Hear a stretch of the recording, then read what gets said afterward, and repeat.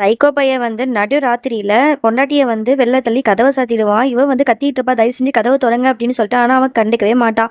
அந்த நேரத்துல ஃப்ரெண்டுக்காரியோட புருஷன் இதெல்லாம் பார்த்துருவான். உடனே இவளுக்கு ரொம்ப அவமானமா இருக்கும். வேகமா அந்த கொட்டுற மலையில ஓடுவா. ஒரு லாரியில மோதி விழ போவா. அந்த நேரத்துல ஹீரோ மாரி அவன் காப்பாத்திடுவான். அவன் ஒரு டாக்டருங்கிறதுனால அவளுக்கு தலையில அடிபட்டுருக்கும். அதனால ட்ரீட்மெண்ட் பண்ணிட்டு இருப்பான். இந்த மாரி உன்னோட ஹஸ்பண்ட் உன்ன ரொம்ப கொடுமைப்படுத்துறாங்கிறது எனக்கு நல்லாவே தெரியுது. பேசாம நீ போலீஸ்ல கம்ப்ளைண்ட் குடுத்தா என்ன அப்படின்னு சொல்லும்போது, இந்த பாருங்க என் புருஷன் என்ன நல்லா தான் பாத்துக்கிறாரு. தேவையில்லாம பேசாதீங்க அப்படின்னு சொல்லிட்டு அங்கேருந்து எந்திரிச்சு போவா. கரெக்ட்டா அந்த நேரத்துல சைக்கோ பையனும் வந்துருவான். இவ்வளோ நேரம் என் ஒய்ஃப தான் நான் தேடிட்டு இருந்தேன். நல்ல வேளை நீங்க கண்டுபிடிச்சு குடுத்துட்டீங்க. ரொம்ப நன்றி சார் அப்படிங்கிற மாரி சொல்லுவான். தெரியுது. உங்க பொண்டாட்டி எந்த லட்சணத்துல நீங்க பாத்துக்கிறீங்க அப்படின்னு சொல்லிட்டு நக்கலா சொல்லிட்டு இவன் போறத பார்த்த உடனே இவனுக்கு கோவம் வரும். இவ தான் ஏதோ ஒரு விஷயத்த அவன்ட்ட சொல்லிட்டானோ அப்படின்னு சொல்லிட்டு ரூமுக்கு கூட்டு போய் திட்டிட்டு இருப்பான். இந்தாடி அவன்ட்ட நீ என்ன சொன்ன? அவன் என்ன நக்கலா பேசிட்டு போறான். நான் உன்னை கொடுமைப்படுத்தின விஷயத்தெல்லாம் அவன்கிட்ட போய் சொன்னியா? அப்படி இப்படின்னு சொல்லிட்டு கத்திட்டு இருக்கான். அவ எதுவுமே சொல்லாம அப்படியே சிலை மாதிரி நின்னுட்டு இருக்கா. இந்த டிராமாவோட ஃபுல் லிங்க் கீழே கொடுத்துருக்கேன். கிளிக்